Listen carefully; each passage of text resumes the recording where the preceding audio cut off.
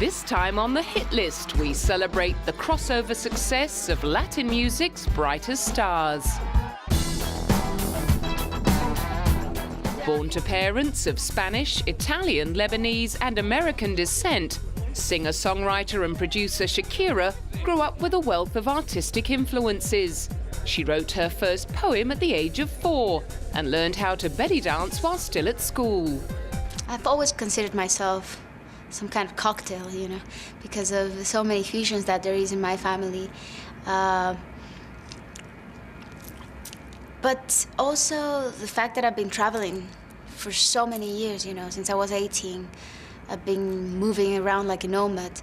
It has shaped my spirit, my personality in a certain way. She recorded her first album with Sony in Bogota at the age of 13. It featured a collection of songs she'd been writing in Spanish since she was 8 and introduced her to the radio listeners of Colombia. However, it was her 1998 album, Dónde Están los Ladrones, that made her one of the biggest-selling Latin artists in the world and prepared her for the crossover superstardom she was about to achieve with her debut English-language album, Laundry Service, in 2001. The lead single, Whenever, Wherever, went to #1 in 29 countries to become the highest-selling single of 2002. She made no apologies for taking another 3 years to emerge with her next 2-part album called Oral Fixation. When I have the chance, I just enjoy scratching my belly and sitting in a rocking chair, staring at the nothingness. You know, it's such a creative space as well, you know? Having some time for your mind to unwind, then's when the best ideas happen. Not in the middle of the photo session. The Spanish volume, released in June 2005, won her a Grammy Award for Best Latin Rock Alternative Album. It was followed by Volume 2 6 months later, which included the record-breaking duet with Wyclef Jean, Hips Don't Lie.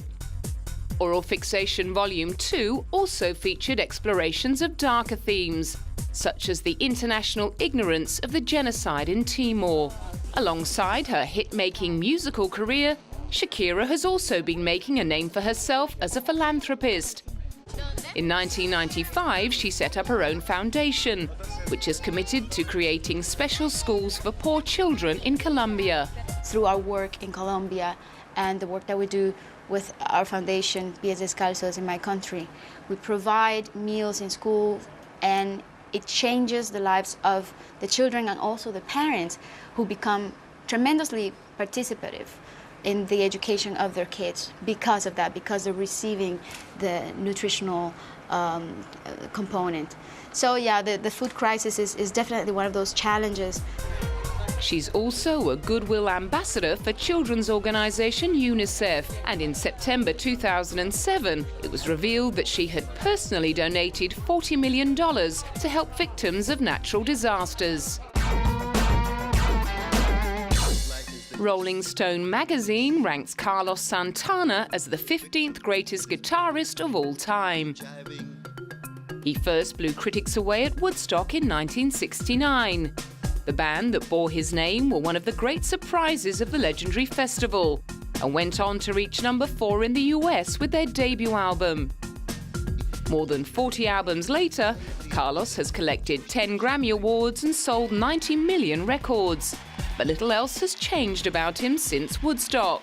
I haven't changed. You're right, I'm a hippie from the 60s. You know, I saw a lot of hippies like sold out, you know, to Coca-Cola and all kinds of things. But I'm still the same guy. You know, I haven't sold out. I still believe that we as humans, we will get to the other side and we shall have peace on earth. His spiritual journey began in the early 70s, after meeting Indian philosopher and guru Sri Chinmoy. who took him on the path of love, devotion and surrender. Ever since then, Carlos has infused his music with his spiritual beliefs. I like turning people on to that inner medicine, that faith is the substance of things not seen. It's a very real element that even though you don't see it, it's there. You know, so I like to, this is the best part of being on the road to me. It's like turning people on to something that they have access to it if they just stop and go inside and get it. Having made a strong commercial comeback in the late 1990s with Supernatural, which spawned the smash hit single Smooth, Carlos hasn't stopped pumping out collaborations with the likes of Herbie Hancock, Shakira, Chad Kroeger, Steve Tyler and Gloria Estefan. To me, success is knowing that people need something from you, whether you discover making bread or you discover making wine. So the key to success is finding something that people need. And obviously, a lot of people need the sounds of Santana. In April 2009, he proved his point by taking up a 2-year residency at the Hard Rock Hotel in Las Vegas. It's a beautiful day. It's a day filled with possibilities, opportunities for us. Another door opened up, like Woodstock or Supernatural. This door of coming to Las Vegas and bringing our dimension of who we are and who we represent, and to be welcomed with open arms. At the age of 62, he's still opening himself up to new ideas. I have now the wisdom to change the perception and look at it like I can bring total newness, purity, innocence, vitality, intensity, sincerity, integrity. Latin rock band Mana formed way back in the early 80s in Guadalajara, Mexico, under the name of Sombrero Verde, meaning green hat.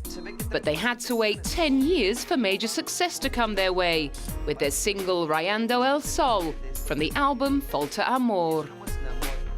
Since then, the 4-piece band, often referred to as the Latin world's answer to the Rolling Stones, have collected 4 Grammy Awards and 5 Latin Grammys, and have sold more than 22 million albums worldwide. All without resorting to the release of an English-speaking album. In 2006, their album Amares Combatir found its way into the Billboard 200 Top 10. Well, I think, it's just amazing to see how far as a band singing in Spanish we've gone, I mean, debuting this album number 4 in the Billboard charts, that's something that has never happened before. We just want to see how far we can take our Latin culture, all over the world. One of the reasons their music has been going down so well over the years could be the diversity of the styles they embrace, from pop rock, Latin pop and calypso to reggae. Amares Combatir was no exception.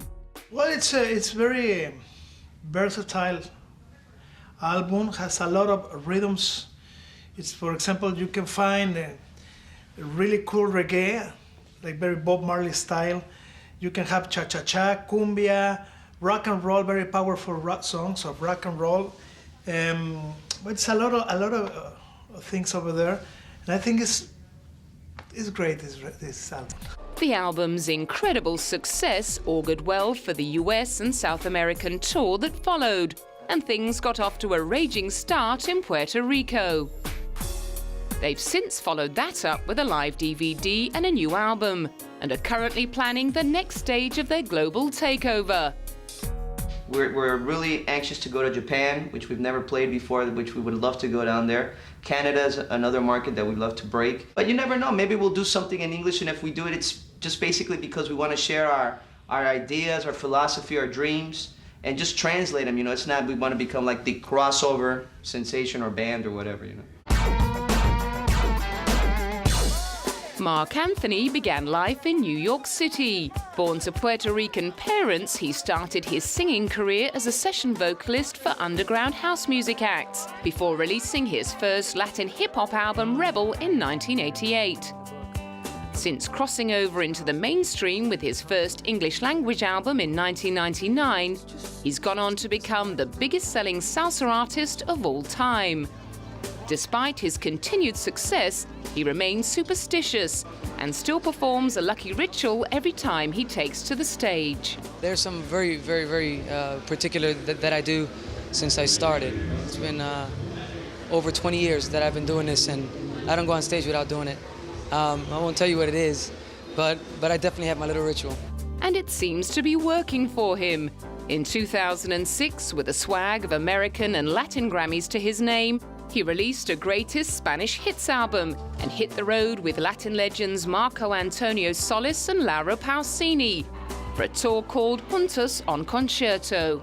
The interesting thing about this is that this is a great little formula thing we have going on as far as, Juntos en Conciertos, simply because it's a way to bring not only quality entertainment across America and reach those places in America that we don't have the opportunity to visit every day, no? And anyone who comes out is gonna have 3 hours of the best quality entertainment.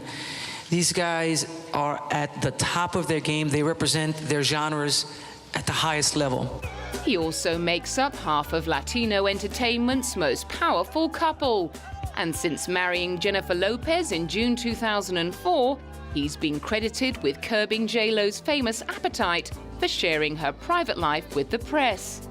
Insisting on a strict code of privacy, Mark, for the most part, has managed to fend off the prying paparazzi. Well, I don't talk about my marriage or my relationships in any way, shape, or form. Perhaps that accounts for the longevity of the marriage, which has by far outlasted all of J-Lo's previous high-profile unions. The relationship has even managed to withstand the pressures of working together on the 2007 film El Cantante, in which Mark plays salsa great Hector Lavoe. We're just so proud of it. We spoke about it yesterday, and it was pretty surreal rolling up to 42nd Street, and it's all my old stomping grounds. I was born and raised around here, and it was a little surreal, And I look to my right, and there's my wife, and I'm like, what are we doing? You still feel like you're playing house, like this, like when is someone going to tell me I'm not 8 years old,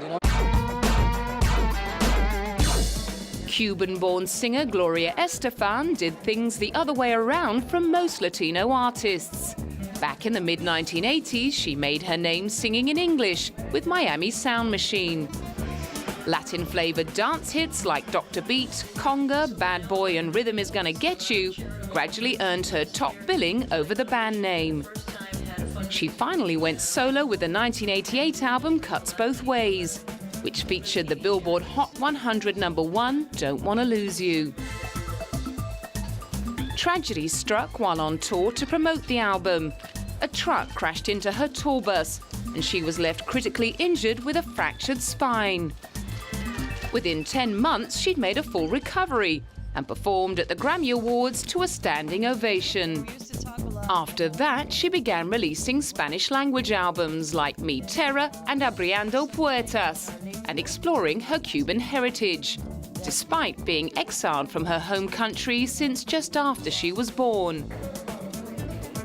In 2007, she and her husband made a documentary about the evolution of Cuban music, which she followed up with an album featuring collaborations with the likes of Jose Feliciano and Carlos Santana. The idea was also to salvage a lot of the rhythms that are original from Cuba, but bring it to the modern day with modern sounds and the quality of recording that we have today, and a lot of fusion mixed in with some of these very original rhythms. It's all original music. The following year, after winning 7 Grammy Awards and selling more than 90 million albums worldwide, she was declared 2008's Latin Recording Artist of the Year. I was thrilled, especially when I found out I was the first woman to receive it. It's nice to be the first woman at anything. So it's quite special because it comes from people that are in your industry, writers, musicians, singers, and that's why the Grammys always has that little special extra as an award for us.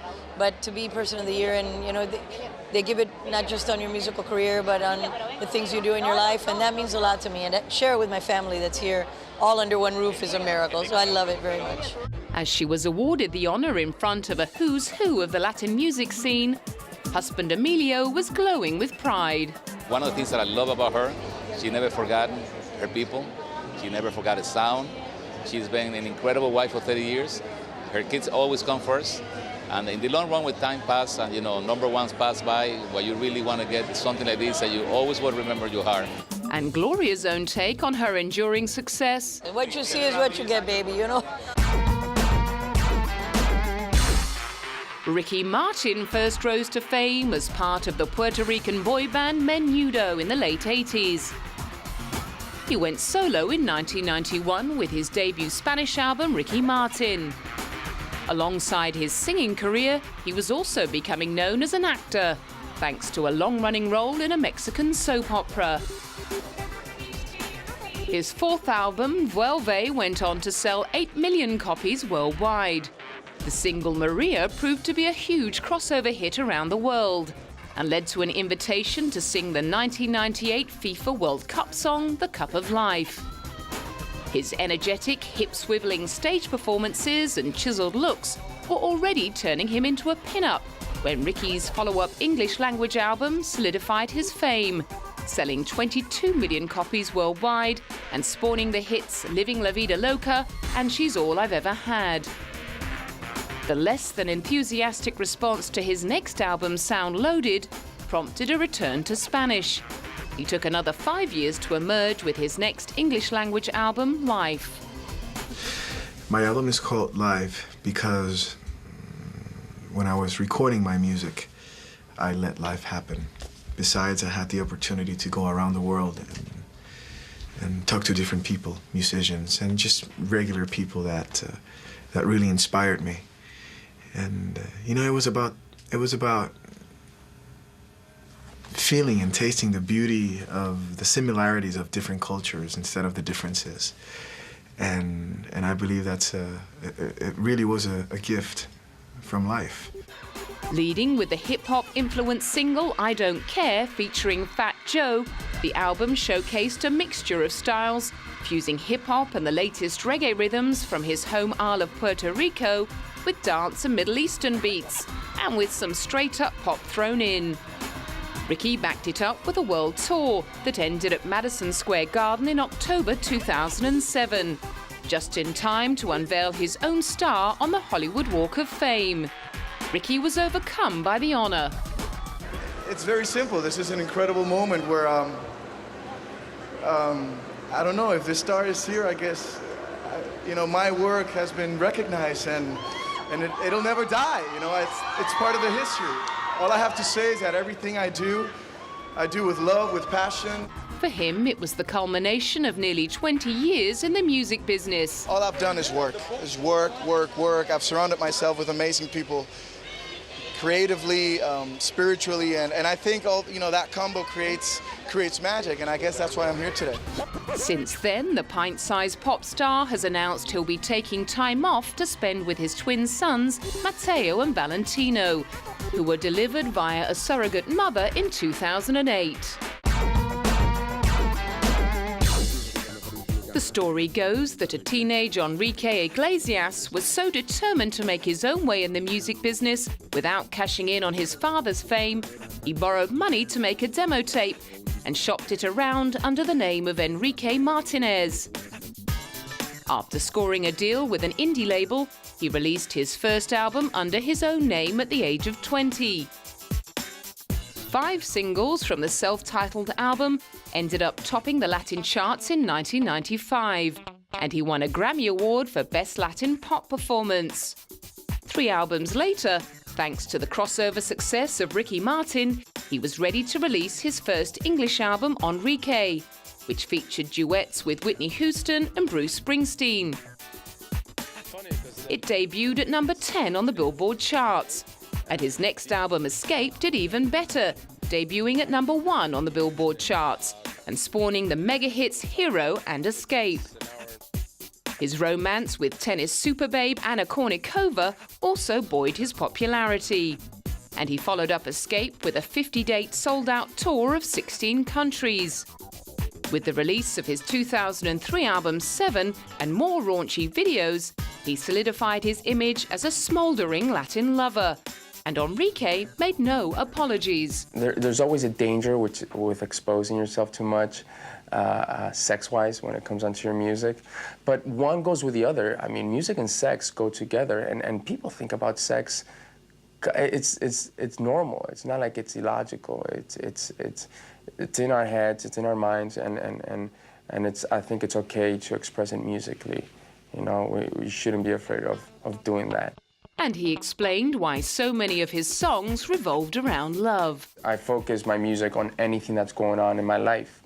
And a lot of times it talks, of course, about love, but I do think it's the only thing that really we all have in common, whether you're black or white, no matter what age you are, no matter what religion, what nationality, we can all relate to that. Despite his obsession with love, however, 3 years later, at the age of 28, he was no nearer tying the knot with Anna. But he was still showing plenty of commitment to the career that has delivered 19 Spanish-language singles to the top of the Latin charts and shifted over 90 million albums worldwide. What drives me is truly the love for what I do, the love for music, and I love my job. It's not a point in my career where it's about money or it's about, obviously we all like to be successful and do well. But it truly is about how strongly I believe in what I do. According to Forbes magazine, Jennifer Lopez is the richest person in Hollywood of Latin American descent, thanks to hugely successful careers in music and film, not only as a performer, but also as a producer. She was also one of the first celebrities to capitalize on their fame and fan base by launching clothing lines and perfumes. At the height of her popularity in the early 2000s, her publicist supposedly declared, "J-Lo isn't a person, she's a movement." Starting out as a backup dancer for 80s group New Kids on the Block, she worked her way up the acting ladder through parts in short-lived TV series in the early 90s. She was rewarded for nailing her part in the title role of the biopic Selena in 1997 with a Golden Globe Award for Best Actress, and instantly became the highest-paid Hispanic actress in history, commanding upwards of $1 million for her next film roles. The stage was set for her to conquer the music world with the launch of her 1999 debut album On the 6th and its #1 lead single, If You Had My Love. Can you hear me? Oh my God, everybody over there too, across the street. Hi. I just wanted to stop and say hi before I went inside. Say thanks for all your support. She was overwhelmed by the positive response that took the album into the Billboard Top 10 and rocketed her to mega stardom. Music is such a universal language, you know what I mean? And I just feel like if you're honest with it and what you do as an artist, then, you know, people are going to respond to that. I just wanted them to enjoy the music, whatever happens. You know, big successes, #1s, whatever. You know, I just really want people to enjoy what I do and feel something, the same thing I do when I act. After 2 short-lived marriages and 2 high-profile romances with Puff Daddy and Ben Affleck, she seems to have finally settled down with fellow Latino star Marc Anthony. Not that married life has slowed her down. As well as producing and starring in the film El Cantante with Marc, she embarked on her own foray into Spanish-language music with her 2007 album, which in English means How a Woman Loves. You know, this was the right time for it. You know, I've always wanted to do a Spanish album. It was always a dream of mine. I wanted to record in Spanish. I love Spanish music. It's very passionate. I've been in love with it for a long time. Within another 6 months, she'd released another English-language album, Brave, and set off on a double headlining tour with Marc, during which she announced she was pregnant. In March 2008, she and Marc welcomed twin boys, Emmy and Max.